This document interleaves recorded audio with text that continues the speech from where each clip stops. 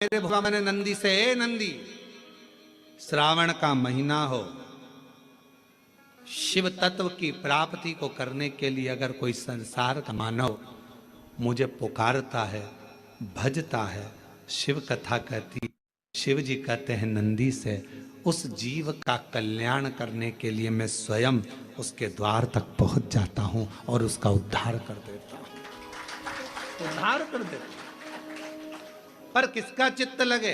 सावन में भी कई लोग ऐसे हैं जिनका चित्त नहीं लग पाएगा, क्योंकि सावन का महीना होता है तो कमाई के स्रोत भी ज़्यादा हो जाते हैं। जीजियों की साड़ियाँ बिकने लगती हैं, फैशन का सामान बिकने लगता है, पर्स मोबाइल बिकने लगता है, सामान बिकने लगता है, क्योंकि उस समय व्यापार भी बढ़ता है। व्यापार इसलिए बढ़ता है क्योंकि भगवान भी चाहता है कि तेरा मन मुझसे हट जाए, व्यापार में लग जाए, क्योंकि भगवान को मालूम, हमने पहले भी कथा में कहा है, बच्चे को माँ गोदी में तभी तक रखती है जब बच्चा खिलौने से नहीं खेलता, खिलौने से खेलने लगेगा माँ नीचे उतार देगी। उसी तरह भगवान तुमको अपने पास जब तक बुलाता है, जब तक तुम्हें अपना बना कर रखता है, और भगवान देख लेता है कि अब धीरे धीरे मेरे को इसको धन देना है, वैभव देना है, ये खिलौने से खेलना चालू करेगा, गाड़ी लाएगा, घोड़ा लाएगा, मकान बनाएगा, फर्नीचर बनाएगा, उसमें लग जाएगा तो मेरे मंदिर आना छोड़ देगा। और मंदिर आना छोड़ दिया तो एक दिन मुझे धीरे धीरे, मैंने एक बार इसकी यहाँ वो पहले की माताएं, पुरानी माताएं क्या करती थी, मिर्ची बारिश के पहले भर के रख लेती थी,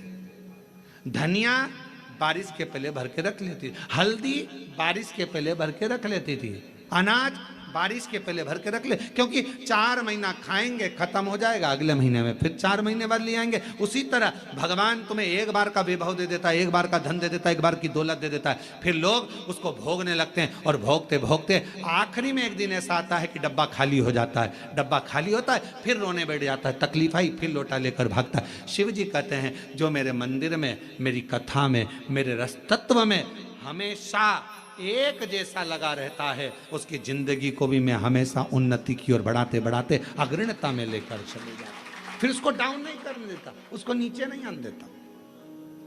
जैसे श्रावण महीने में चढ़ाए गए कनेर के फूल, दुर्वा,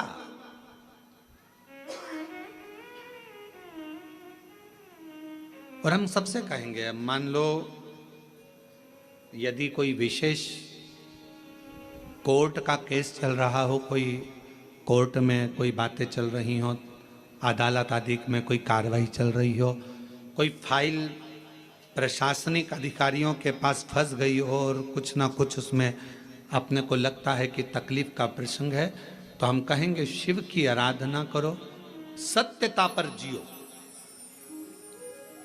और साथ में 5 दुर्वा, 1 कनेर का फूल पीला, 1 पीला कनेर, 5 दुर्वा, 5 बेलपत्र लेकर शिव जी के मंदिर में जाकर शिवलिंग पर समर्पित कर कर 2 लोटा जल सावन के महीने में उसी पर बेलपत्र कनेर के फूल पर चढ़ाइए।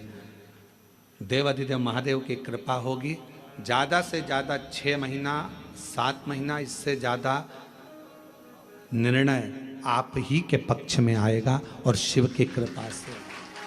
और इसमें एक बात और स्मरण रखें, जैसे कोई की प्रॉपर्टी है, कोई की जमीन है, और वो जमीन तुम्हारी कोई ने कब्जा कर ली, या तुम्हारा नाम नहीं हो पाई, या कोई उसमें लफड़ा हो गया, या तकलीफ आ गई और पैसा उसमें अटक गया, उसके लिए भी कनेर का पुष्प श्रावण महीने के जितने सोमवार आते हैं, रविवारी, सोमवारी और भोमवारी,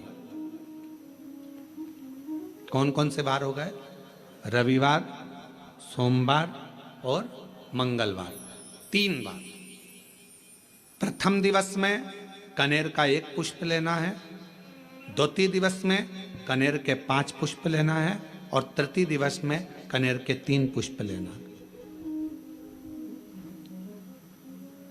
बेलपत्र 1-1 साथ में लेकर शिव जी को रविवार के दिन भी समर्पित करें, सोमवार के दिन भी समर्पित करें, और मंगलवार को 3 कनेर के पुष्प के साथ बेलपत्र लेकर बाबा को समर्पित करिए।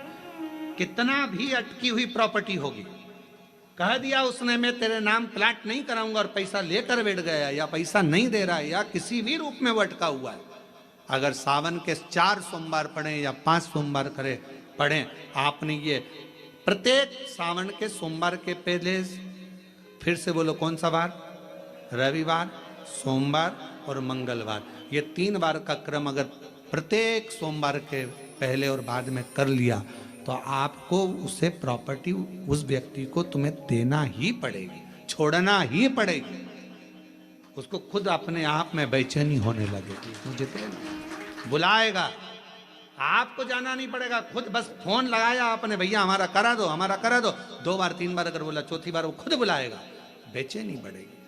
मेरा बाबा उसको खुद खल बुला देता। शिव शिव है, उसको कहते सत्यम शिवम सुंदर, शंकर शंकर।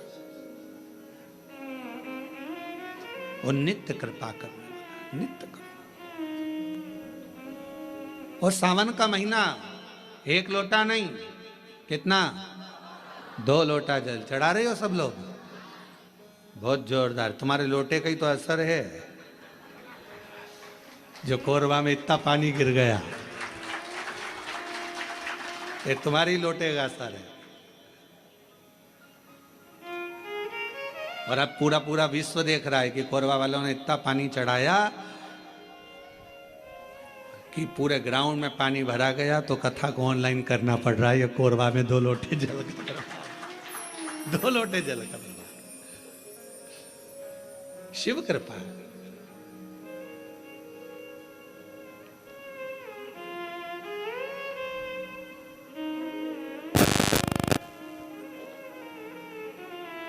पर जितने लोग कोरबा में जो कथा सुन रहे होंगे ना टीवी पे ऑनलाइन, वो सब सिर पे पल्लू ले लेके आपस में बात तो कर रही होंगी, कौन कौन बैठा है, कौन कौन बैठा है, सबके चिंतन में फंसा।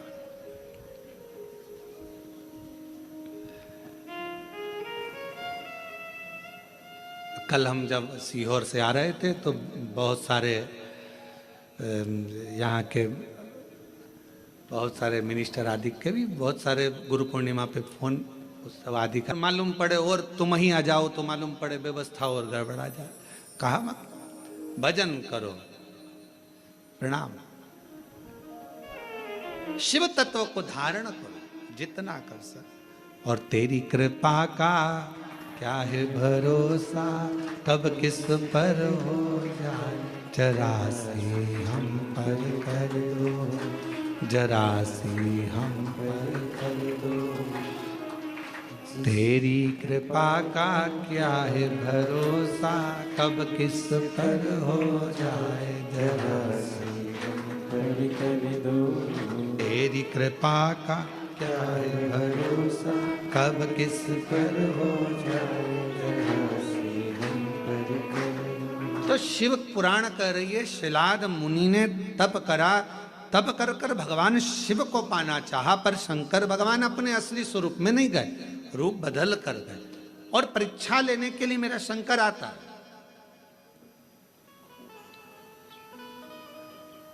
परीक्षा शिवजी बहुत लेते हैं, बहुत।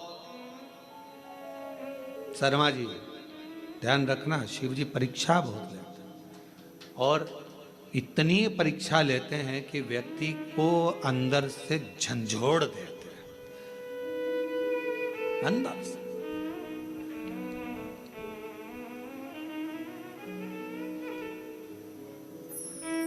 पर यदि आपकी विश्वास और दृढ़ता है, भरोसा है, और फिर कह रहे हैं ये ऑनलाइन कथा होती तो सीहोर से होती, आपका विश्वास था, आपकी दृढ़ता थी, और समिति ने सोच लिया था, तो ये कथा कोरबा से यहाँ ऑनलाइन हो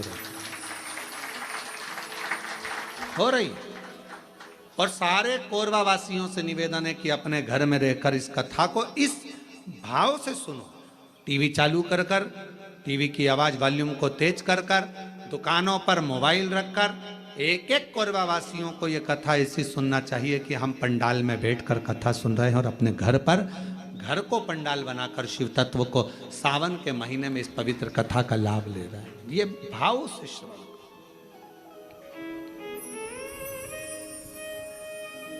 हृदय से।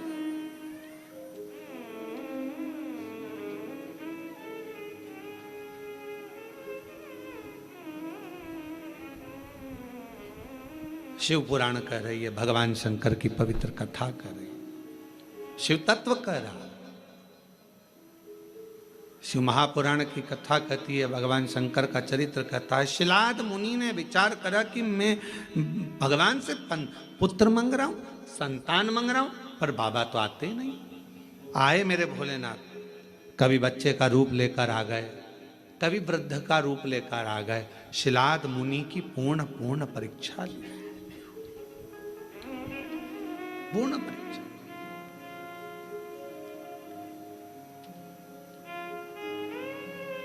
आखिरी में मेरे भगवान ओघड़दानी शिव जी आए और शंकर भगवान आकर खड़े हुए हैं। सुंदर बागंबर, मस्तक पर चंदा, त्रिपुंड त्रिनेत्र त्रिशूल धारी मेरे भगवान शिव सामने थे। मांगो, क्या चाहिए तुमको? अब शिलाद मुनि ने पहले तो ये नहीं कहा कि मुझे औलाद चाहिए। शिलाद मुनि ने सबसे पहली बात कही कि ये बताओ,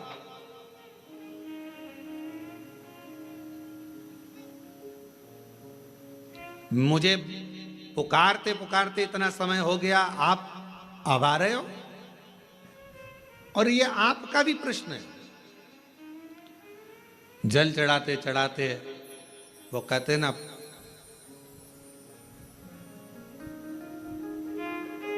तुम्हें पुकारते पूरी रात हो गई, तुम्हें पुकारते पूरी रात हो गई, मेरे शिव आए ना और सुबह हो गई। मैं कितना पुकारती रही।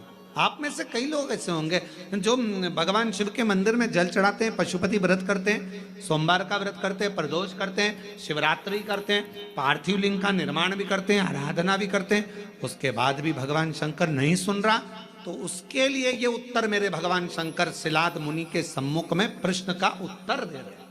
आपने इतना समय लगा दिया, इतना समय।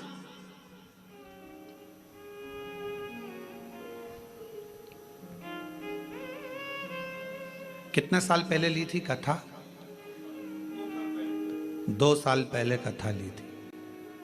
अब जरा विचार करिएगा, 2 साल पहले कथा ली और 2 साल से तैयारी में लगे होगे, और 2 साल से तैयारी में लगे होगे, और कितना कितना परीक्षा करते करते करते करते आखिरी में भी वो कथा होते होते और ऑनलाइन हो रही है। तो जरा विचार करिएगा, थोड़ा सोचिएगा कि शिव जी या तो कुछ बाबा देव अधिदेव महादेव की जैसी मर्जी, और कहीं ना कहीं प्रभु कृपा। हर चीज में अच्छा सोचो। मेरे शंकर ने कुछ अच्छा सोचा होगा, मेरे शिव जी ने कुछ अच्छा विचार करा होगा, कुछ अच्छा विचार करा होगा। भगवान शंकर ने यह भी सोचा होगा कि तुम कथा तो करा पाओगे, पर वहां बैठने की तुम्हारे पास समय नहीं मिल पाएगा, क्योंकि हमको मालूम था कोरबा इस क्षेत्र में कथा भी हुई नहीं है। अगर हो जाती तो कोरबा में से ट्रैफिक को निकालने के लिए कम से कम पूरा 18 घंटे लग जाते। ये भी पक्की बात थी, ये भी निश्चित है, क्योंकि कोरबा क्षेत्र में कथा नहीं हुई, और इस क्षेत्र में कथा नहीं हुई तो पूरा कोरबा और कोरबा के आसपास का क्षेत्र पूरा जब उलटता, और आजू बाजू में ये भी लगा है तुम्हारा झारखंड और ये सब उड़ीसा की बॉर्डर, तो ये भी सब आ जाता। कथा नहीं सुन पाते तुम, हो सकता है व्यवस्थाओं में लगे रहते, पर शिव जी ने विचार करा, तूने 2 साल दाढ़ी नहीं बनाई, 2 साल बाल ना कटाए, 2 साल तक तू तप साधना करता रहा, तो मेरे शंकर भगवान ने सोचा जब इतना तूने करा है तो कथा भी दिल लगाकर एक जगह पर बैठकर श्रवण कर, सुनो, धारण करो। ये शिव सोचो, अच्छा सोचो, कुछ अच्छा ही मेरे बाबा ने लिखा। और ये जितनी माताएं बैठी ना, जीजियां जितनी बैठी है बाहर कुर्सी पे, जो लोग बैठे हैं, ये बड़े खुश होके सुन रहा है इतनी प्रसन्नता में, क्योंकि इनको ही मालूम इतनी पास से तो कथा नहीं मिल सकती थी ये तो, क्योंकि ना जाने पंडाल में भी कहाँ बैठते और एलईडी पर देखते, पर इतने करीब में बैठकर कथा सुनने को मिल रही है, तो तुम तो घर जाके 2 लोटा क्या 4 लोटा जल चढ़ाने वाली, पक्का है ये विचार तो पक्का है। अब यहां से जाओ तो तुम यहाँ के collector, SP, SDM, IG, commissioner, SD सबको धन्यवाद देना। 2 लोटे जल का प्रताप था जो तुमने महाराज की कथा इतने पास में से सुनवा दी। महाराज ये कृपा है, शिव तत्व है। शंकर शंकर कुछ अच्छा सोचा होगा उसने, बहुत अच्छा सोचा, उसकी करुणा है बहुत। विचार करो। शिलाद मुनि ने कहा इतना समय लगा दिया तुमने आने में, मैंने तो सोचा नहीं था कि इतना समय लगेगा। महाराज लिखावट बता देती है पेन में शाई कौन सी है, और सिखावट बता देती है कि घर में कमाई कौन सी है। सावधानी रखकर सुनना जरा। घर की कमाई और पेन की शाई, ये दोनों हमारे सामने जरूर आती है। एक घर की कमाई और पेन की शाई, ये दोनों हमारे सामने जरूर आती है। हमारी लिखावट बता देती है, जब हम लिखने बैठते हैं लिखावट बता देती है कि तुम्हारे पेन में शाई कौन से रंग की है, ये तुम्हारी लिखावट बताएगी। और महाराज सिखावट तुम्हारे घर की कमाई बता देगी। तुम्हारे बच्चों में अच्छे संस्कार हैं, बच्चे माता पिता का आदर कर रहे हैं, सम्मान कर रहे हैं, सत्कार कर रहे हैं। फिर निवेदन करूंगा, बच्चों को खूब पढ़ाओ, अपने बेटा बेटी को खूब पढ़ाओ, जितनी अच्छी एजुकेशन दे सकते हो दो।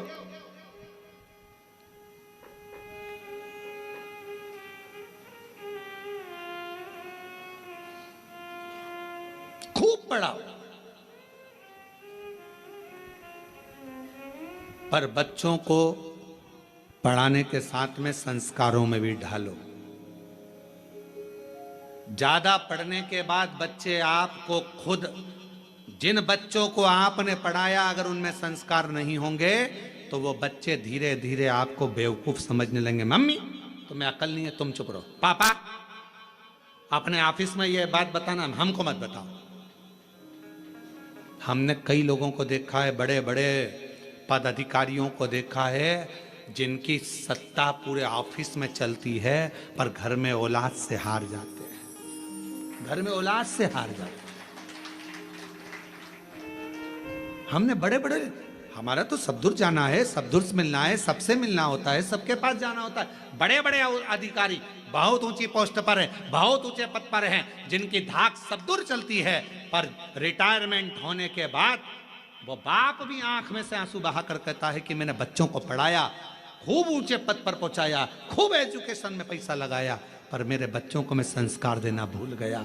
वो बच्चे आज मुझे सिखाते हैं चुप रहो, ज्यादा मत बोलो, अपना अब हम नहीं सुन सकते, अब शांति रख लो। ये बच्चे कहते हैं, ये बच्चे कहते हैं। हमने पढ़ाया, एजुकेशन दो अपने बच्चों को, खूब पढ़ाओ, खूब विद्यादान कराओ, खूब अच्छा पढ़ाओ। जितने आस्था चैनल पर कथा सुन रहे हैं मैं सबसे निवेदन करूंगा, जितने फेसबुक यूट्यूब पर कथा सुन रहे हैं उनसे भी कहूंगा, अपने बेटा बेटी को तुम्हारी सामर्थ्यता से ज्यादा पढ़ाओ, अच्छी एजुकेशन कराओ, पर एजुकेशन के साथ संस्कार जरूर देना, अपने घर के संस्कार देना जरूरी है। बच्चे तुमको पढ़ लिखने के बाद ये ना समझे कि मेरे माँ बाप बेवकूफ हैं। पढ़ाओ, खूब पढ़ाओ, पर बच्चे जब ऊंची आवाज में बात करने लगे, पापा चुप रहो, मम्मी तुम मेरे से फालतू बात मत करा करो, तुम्हें अकल नहीं है, तुम चुप रहो। बच्चे जब व्यर्थ की बातें बोलने लगे तो समझ लेना पढ़ाई तो कराई तुमने, एजुकेशन तो कराया, पर संस्कारों से वंचित कर दिया। संस्कारों से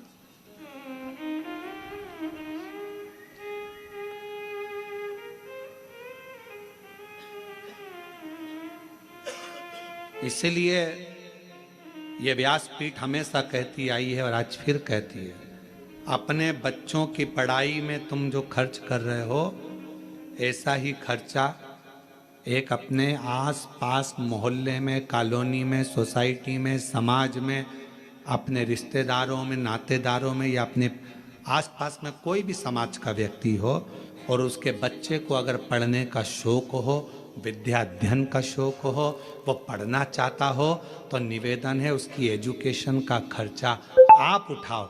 जब उस बच्चे को पढ़ाओगे, एक अपने बच्चे को पढ़ाओगे और एक दूसरे के बच्चे को जिसको पढ़ने का शौक है, पैसा नहीं है, पढ़ना चाहता है, उसकी एजुकेशन का जब आप खर्चा उठाओगे, जब आपके बच्चा भी बड़ा होगा और वो जिसको पढ़ाया वो भी बड़ा होगा, दोनों में अंतर समझ में आएगा। जिसको तुमने पढ़ा दिया, लिखा दिया, अगर वो ऊंचे पद पर पहुंच गया तो तुम्हारे एहसान को मरते दम तक नहीं भूलेगा, मरते दम तक। कि मेरे पास वाले पड़ोसी ने मुझे पढ़ाया था, उसने अच्छी एजुकेशन कराई। इसलिए हमारी विठले सेवा समिति, हमारा कुबरेश्वर धाम आज भी ना जाने कितने बच्चे हैं जिनकी फीस जमा करता है, जिनका पढ़ाता है, उनकी ड्रेस